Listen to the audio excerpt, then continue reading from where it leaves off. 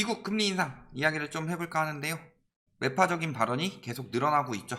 인플레이션을 잡기 위해서 연속적이고 계획적이고 체계적인 금리 인상이 있을 것이다. 국채, 기관채, 주택, 저당 증권 보유고를 줄이기 시작할 것으로 기대한다.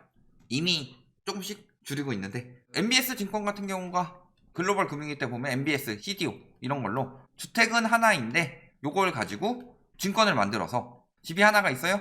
여기에 8억을 대출을 해줬어요. 10억짜리 집이에요. 근데 8억을 대출해줬더니 은행에 돈이 없어요. 그러니까 요 8억을 대출해준 요 증권을 가지고 상품으로 만들어서 8억을 팔아요.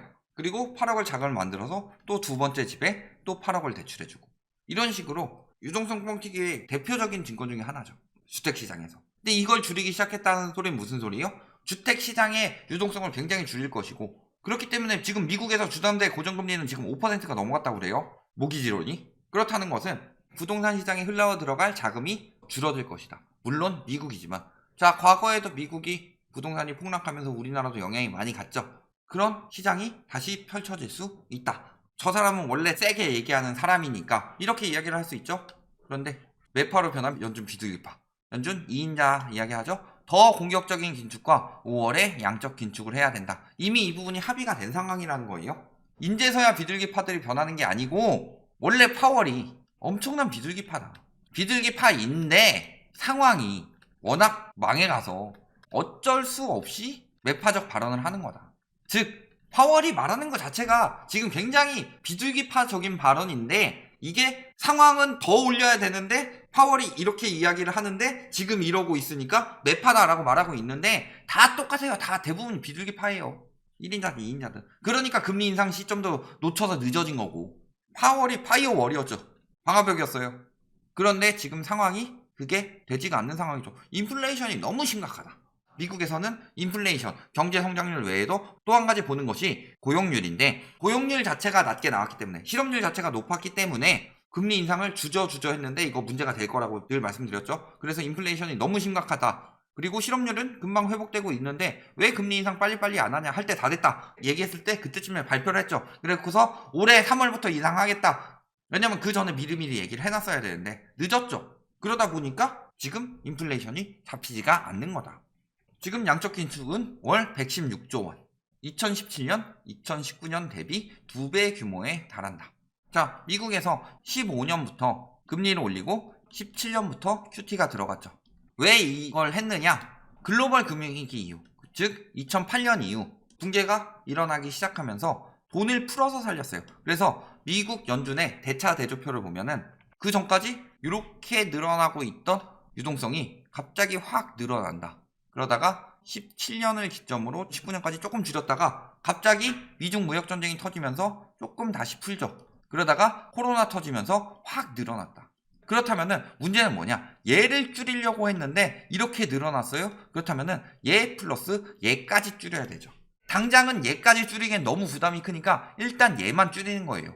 이렇게 왔다가 이렇게 줄이는 거죠. 엄밀하게 보면.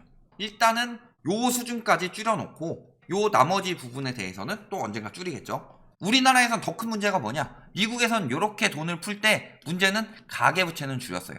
미국도 돈 풀었고 우리나라도 돈 풀었다 이렇게 볼 수 있는데 당시에 미국은 가계부채를 줄이고 있었어요. 2015년부터는 대차 대조표에서 유동성을 줄이고 있었죠. 금리 올리면서. 그런데 우리나라는 그 상황에서 막 초이노믹스하고 돈 풀어댄 게 엄청나게 문제라고 그랬죠.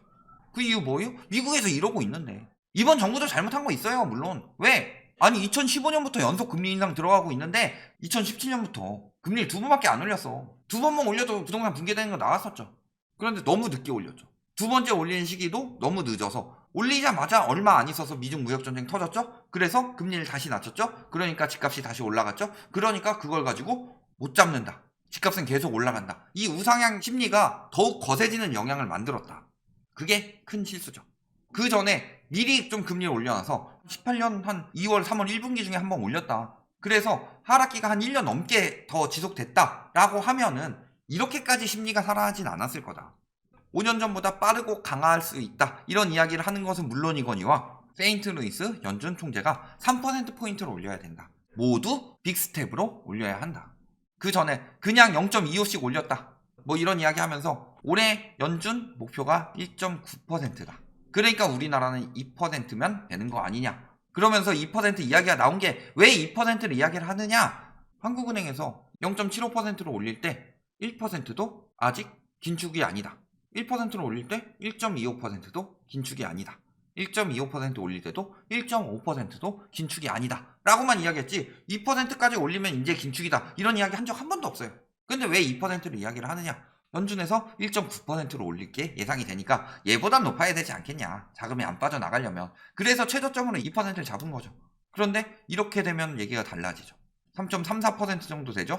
그러면 우리나라도 한 3.5%까지 올려야 되는 거 아니에요? 자금 빠져나가는 거 막으려면? 얘기가 엄청 달라지게 되죠. 지금 공격적이라고 이야기하는 데도 있어요. 너무 공격적이다. 경기 침체 촉발한다. 당연히 경기 침체는 나올 수밖에 없습니다. 늘 말씀드리지만 스태그플레이션은 이미 도래할 수밖에 없는 상황이에요. 이대로 가면. 이미 유동성 중독이 돼버렸어요. 그렇다면 스태그는 못 막더라도 플레이션은 막아야 되는 거 아니냐. 플레이션이 인플레이션이기 때문에 경기 침체는 그대로 진행되는데 물가라도 낮춰서 오래 가지 않고 극복할 수 있게 만들겠다. 이게 핵심이죠. 자, 금리 인상 한 거 자체가 실수다라고 이야기하는 사람도 있어요. 이 사람 누구예요? 돈나무 언니라고 유명하죠? 코인 시장의 양대 산맥 머스크랑 캐시우드. 금리 인상 다 내고 왜 실수라고 그래요? 지가 코인 많이 샀으니까. 긴축 이야기하니까 뭐예요? 코인 뚝 떨어지죠. 코인은 유동성 지표다 이렇게 말씀을 많이 드렸죠. 언론에서 뭐라 그래요? 코인이 안전자산이니 금을 대체한 디지털 금이니 전혀 아니죠. 안전자산의 요건은요 금 이야기하면서 한정성 그 다음에 실체가 있느냐 이런 걸 가지고 이야기를 많이 하는데 실체가 없더라도 요건 디지털상에서 실존하고 있다. 그러니까 안전자산이다. 안전자산의 요건이 언제부터 그렇게 됐어요? 안전자산은 변동성이 적고 인플레이션 해지 수단이 되는 게 안전자산인데 코인은 변동성이 엄청나게 컸죠. 인플레이션 해지 수단이 되느냐? 안 돼요. 돈이 남으니까 저기까지 돈이 흘러 들어가서 뜬 거예요. 금리 인상 시작되고 막 미국에서 긴축적 발언 시작되니까 정점 찍었다가 떨어졌다가 물론 중간중간 올라가는 시기는 있어도 여기는커녕 한 어느 정도 선 두고서 더 이상 못 올라오고 있죠. 여기서 긴축이 더 심각해지면은 또 한 번 떨어져서 거기서 저지선 나올 거예요 아마. 그러니까 금리 인상하면은 저런 분들이 엄청나게 피해를 보죠. 그러니까 지 이쪽을 찾으려고 잘못된 거라고 하지 왜 인상이 실수예요? 물가가 폭등을 하고 있는데. 우리나라도 벌써 4월 금리 인상설이 솔솔 나오고 있다. 4%대 물가 충격의 여파. 근데 이게 금방 없어지느냐. 러시아가 우크라이나랑 극적으로 화해를 하게 되고 종전되면 끝나요? 안 끝나요. 왜? 물가 상승의 첫 번째 이유는 뭐예요? 과잉 유동성이고 두 번째로 러시아 우크라이나 사태로 인한 유가 상승이 영향을 줬던 것이기 때문에 일단은 유가적인 부분은 안정이 될지 몰라도 가장 좋은 시나리오로 갔을 때 유동성이 아직 제대로 축소되지 않았기 때문에 물가 상승은 당분간 더 갈 거다. 이번에 미국에서 러시아를 아예 작정하고 때려잡으려고 하고 있죠. 왜 그래요? 러시아가 굉장히 미국과 반대되는 입장을 많이 보이기도 하고 또 한 가지는 러시아와 중국이 경제적으로 밀접한 관계가 있기 때문에 중국 때려잡기 위해서라도 러시아를 때려잡을 거다. 미국이 2인자 자리를 두고 보진 않죠. 과거에도 미국에서 금리 인상을 막 밀어붙이고 경제적으로 압박해가지고 2인자였던 소비에트 연방을 붕괴시키죠. 그리고 그 사이에 2인자로 치고 올라온 일본도 붕괴시키죠. 플라자 합의로 시작해서. 그리고 그 다음에 올라온 게 중국이에요. 가만두겠어요? 미중 무역전쟁은 왜 터지고 있을까요? 끝이 아니라 시작이다. 외국인들의 금융지를 사들이고 있대요. 왜 사들이고 있어요? 금리 인상 될 것 같으니까. 가장 큰 이유는 금리 인상이다. 이게 진정한 시장의 소리죠. 규제 완화해라. 아니 독점이 들어가면 규제하는 건 당연한 거 아니에요? 시장에 비정상적인 투기가 들어가고 그게 특히 부동산 시장 같은 경우는 거주라는 특수성을 가지고 있죠. 의식주 관련해서는 정부에서 어느 정도 관리를 해줘야 되죠. 그런데 시장의 논리 어쩌고 저쩌고 우기는 거 그거 다 시장의 논리 아니에요. 이게 시장의 논리지.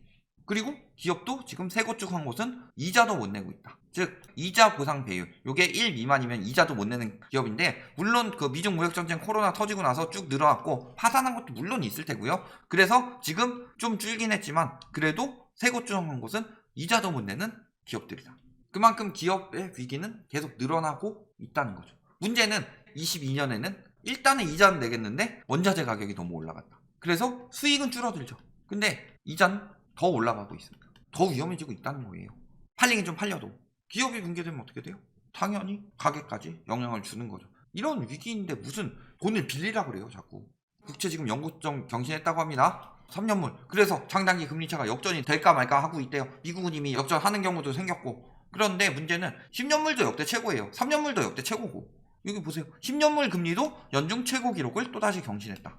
은행에서 잠깐 이제 출구 전략으로 너네 파산하지 말고 장기적으로 요거 지금 고정금리로 바꾸고 이자 조금 낮은 걸로 갱신해가지고 망하지 말고 금융노예가 되라 라고 말하는 걸 가지고 지금 막 대출을 풀어줄 것처럼 계속 여론을 만들고 있는데 핵심은 이거예요. 기준금리 올라가고 국제금리 올라가면 시중금리 계속 올라간다. 그게 지금 핵심이에요. 그러니까 국제금리 안정시키려고 하는 이유요? 기준금리도 올라가는데 국제금리까지 계속 더 빠르게 폭등해봐라. 그러면 기준금리 엄청나게 올라가면서 시장 개박살 나니까 기준금리보다 더 빨리 올라가지 않도록 충격을 완화시키려고 하는 거죠. 그래야 예측이 가능한 시장이 되니까.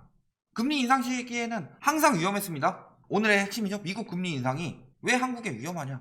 미국에서 1994년에 연속으로 금리 인상 시작됐죠. 우리나라에 97년에 IMF 경제위기가 왔죠. 그 사이에 중남미에서 동남아시아에서 동아시아까지 위기가 퍼졌죠. 그 다음에 러시아까지 갔고. 미국에서 연속 금리 인상할 때 항상 이런 문제들이 생겼는데 이번에 연속 금리를 심지어는 올해 6번을 빅스텝을 밟을 수도 있다고 하는데 왜 안 위험해요? 이때 IMF 때 부동산 시장 붕괴됐죠. 안 붕괴된 게 뭐가 있었겠냐마는. 글로벌 금융위기도 2004년 미국에서 연속 금리 인상 시작되면서 했죠. 근데 이때는 지금보다 더 많이 올렸죠. 그 이유는 뭐예요? 중국인들이 미국 채권 사가지고 채권 금리가 못 올라가게 좀 막아놔서 금리를 올리는데 금리가 빨리 안 올라가니까 계속 금리 올렸다가 그게 글로벌 금융위기로 터졌죠. 우리나라 부동산 시장 박살났죠. MB 때 집값이 왜 떨어졌어요? 노무현이는 규제하고 이명박이는 완화해가지고 집값 잡았다. 규제해서 집값 올라가고. 이게 아니라 미국에서도 거품이 막 올라갈 때였고 참여정부 시기에는 MB정부 시기에는 미국에서 터져가지고 부동산 시장 터져서 글로벌 금융위기까지 번졌으니까 우리나라까지 온 거예요. 자, 2015년에 미국에서 연속 금리 인상 시작하게 됐죠. 그리고 우리나라가 언제 따라가느냐? 17년 그리고 18년 두 차례 금리 올리죠. 그래서 2018년 11월부터 2019년 6월까지 가격 뚝 떨어졌었죠. 붕괴 온 거예요. 왜? 미국에서 연속으로 올렸으니까. 우리나라가 너무 늦게 올린 거지. 이번에 미국 연속 금리 인상은요. 문제는 IMF 때든 글로벌 금융위기 때든 2017년부터 양적 긴축 들어갔죠. 이때든 문제는 미국이 먼저 선제적으로 반응하고 우리나라가 후행으로 따라갔다. 근데 이번엔 어때요? 미국은 22년 3월부터 올리기 시작한 반면 우리나라는 21년 8월부터 올리기 시작했죠. 왜 선제적으로 반응을 했느냐? 이 세 개 중에서 이 두 개는 경제 위기였죠. 이 두 개의 위기에서 느낀 게 있지 않았겠느냐. 그리고 최근에 터진 이걸로 인해서 우리나라 시장이 얼마나 위험한지가 느껴지고 있지 않느냐. 이런 부분을 생각하기 때문에 선제적으로 반응을 하는 거예요. 지금 굉장히 위험한 시기다. 왜 자꾸 집을 사라 그러고 코인을 사라 그러고 그래요. 얼마나 위험해졌냐고요? 지금 미국에서 금리 인상 시작하기 전에 우리나라에서 선제적 금리 인상 들어갔죠? 굉장히 위기였습니다. 이자가 엄청나게 불었어요 지금. 왜? 과거에 글로벌 금융위기 때는 이자가 막 7%대까지 올라갔어도 집값이 안 떨어졌다. 근데 지금은 인제서야 상단이 7%고 지금 한 4% 정도 되는데 집값이 왜 떨어져요? 지금 아직 금리 낮다 이런 이야기 하고 있는데 원금이 크잖아요. 원금이 크기 때문에 이자 부담이 엄청나요. 거기다 원금 부담까지 동시에 더하면 더 심각한 거고. 지금 보면 어때요? 이때가 54조 정도였습니다. 그때 한번 붕괴 일어나기 시작하죠. 또 두 번째 붕괴가 일어났을 때가 이때도 한 54, 5조 정도 됐어요. 붕괴 시작됐죠. 붕괴 시작되면서 가계대출이 빠졌어요. 문제는 이번에 이때가 63조 정도 돼요. 2022년 2월 이건 추정치예요. 0.9조 정도 가계신용이 줄었다고 하죠. 여기에 시중금리 평균을 곱해봤더니 가계대출은 줄었는데 이자 부담은 오히려 더 늘어나서 72조를 넘어갔더라. 얼마나 위험해진 거예요. 근데 문제는 대출은 계속 줄더라도 이자 부담은 계속 올라갈 수밖에 없는 상황이죠. 붕괴가 일어나도 가계부채가 줄지 않는 붕괴가 계속 글로벌 금융위기 때도 줄었는데 지금은 그게 생길 수가 없는 그런 시기가 오고 있다. 그러니까 일본식 침체를 말하고 있고 미국식 침체를 말하고 있는데도 불구하고 우리나라는 역사적으로 집값이 떨어진 적이 없다. 고도성장 시기였으니까. 그리고 고도성장 시기가 끝난 뒤에는 뭘로 올렸어요? 빚으로 올렸으니까. 그 시기 끝났어요. 고도성장 무슨 고도성장이에요. 인구가 줄어들고 있고 생산 가능 인구는 이미 줄어들고 있었는데. 결론. 미국 금리 인상은 항상 국내 금리 인상을 유도하면서 이게 부동산 시장에 큰 영향을 미쳤다. 두 번째로 특히 미국에서 연속적으로 올릴 때는 한 번씩 국내 대붕괴가 일어났었다. 세 번째로 이번에 미국 금리 인상이 여느 때보다 강하다. 그렇게 위기가 크기에 우리나라가 충격을 줄이기 위해서 선제적 금리 인상 들어갔다. 요거 네 가지만 판단해 보시면 어때요? 이번에 생각 잘못하는 사람들은 역대 어느 시기보다 더 힘든 삶이 펼쳐질 수 있다. 이런 상황에서 비투하고 영끌해라? 지옥문으로 들어가라고 말하는 것과 다르지 않습니다. 굉장히 위험한 시기고 미국 금리 인상은 항상 한국 부동산 시장에 붕괴를 일으켰다. 요거 두 가지 잘 기억해 두시면 지금 어떻게 행동해야 될지 답이 나올 것입니다.